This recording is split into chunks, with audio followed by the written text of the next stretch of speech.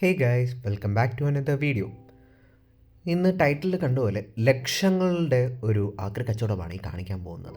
കോളേജിൽ ഓരോ പരിപാടികൾ നടക്കുമ്പോൾ നമുക്ക് എന്തെങ്കിലും ഒരു ഫുഡ് ഐറ്റം ചിലപ്പോൾ സമയത്ത് കിട്ടും. അപ്പോൾ അതിൻ്റെ കൂട്ടത്തിൽ തന്നെ നമുക്ക് എന്തെങ്കിലും ഒരു ക്യാൻ ഡ്രിങ്ക്സ് കിട്ടും. ഇപ്പോൾ പെപ്സി ആയിരിക്കാം, കൊക്കക്കോള ആയിരിക്കാം, എന്തെങ്കിലും ഒരു ക്യാൻ ആയിരിക്കും കിട്ടുന്നത്.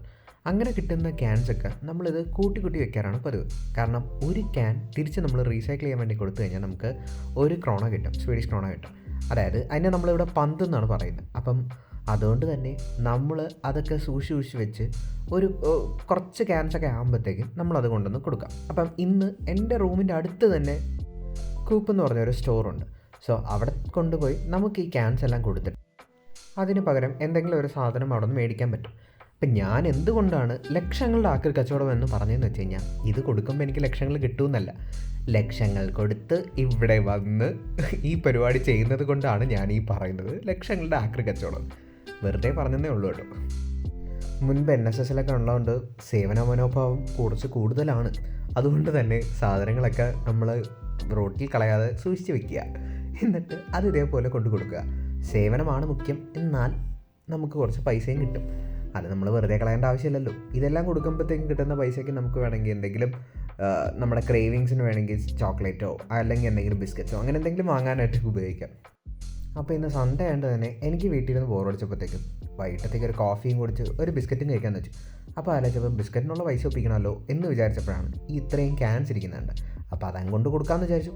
അപ്പോൾ നമുക്കിനി ക്യാൻ കൊണ്ട് കൊടുക്കാം. സംസാരമൊക്കെ ഇവിടെ വെച്ച് നിർത്താം, എന്നിട്ട് നമുക്ക് ഈ ക്യാൻ കൊടുക്കുന്ന പ്രക്രിയയിലോട്ട് കിടക്കാം.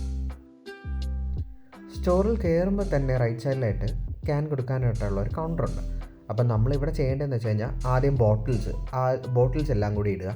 അതിനുശേഷം ക്യാൻസ് ഓരോന്നിട്ടിടുക. ഇതെൻ്റെ കൈ എന്തോ അറിയാണ്ട് കൊണ്ടതിൻ്റെ പേരിലാണ് ഇങ്ങനെ കാണിക്കുന്നത്. ഈ ബോട്ടിലൊക്കെ സാധാരണ ഇവിടെ എടുക്കേണ്ടതാണ്. ഇത് എന്നാലും നമുക്ക് ലാസ്റ്റ് ഒന്നും കൂടി ഇടാം. ഇപ്പോൾ കണ്ടോ, ഒരു ബോട്ടിൽ കയറിപ്പോയി. അപ്പം അവിടെ ഒരു ക്രോണ കയറി. അതേപോലെ തന്നെ നമ്മൾ ബാക്കി ഓരോന്നായിട്ട് കൊണ്ടിടുക. ഇതെൻ്റെ കൈ സെൻസ് ചെയ്യുന്നതുകൊണ്ടാണ് അവർ പറയുന്നത് ഈ ബോട്ടിലൂടെ എടുക്കില്ല എന്നൊക്കെ പറയുന്നത്. പക്ഷേ ലാസ്റ്റ് നമുക്ക് എല്ലാം കഴിയുമ്പോഴത്തേക്കും ഒന്ന് ഇടുമ്പോഴത്തേക്കും ശരിയാവും. ബോട്ടിലെല്ലാം ഇട്ടതിന് ശേഷം നമുക്ക് പിന്നെ ഇനി ക്യാൻ ഓരോന്നായിട്ടിടാം. അപ്പോൾ ഒരു ക്യാൻ ഇട്ടും അടുത്തത് അങ്ങനെ ഓരോരോ എല്ലാ ക്യാൻസും നമുക്ക് അങ്ങനെ ഇട്ട് തീർക്കാം. അപ്പോൾ നമ്മൾ ഓരോന്ന് ഇടുന്നതനുസരിച്ച് ഇവിടെ അതിൻ്റെ പൈസ കാൽക്കുലേറ്റ് ചെയ്തുകൊണ്ടിരിക്കും. എല്ലാത്തിനും ഒരു ക്രോണയാണ്. അപ്പോൾ അതങ്ങ് ജസ്റ്റ് കാൽക്കുലേറ്റ് ചെയ്ത് വരുത്തേ ഉള്ളൂ. ഇതെല്ലാം സ്കാൻ ചെയ്ത് കഴിഞ്ഞിട്ട് ഇതിൻ്റെ പൈസ കാൽക്കുലേറ്റ് ചെയ്ത് കാണിക്കും.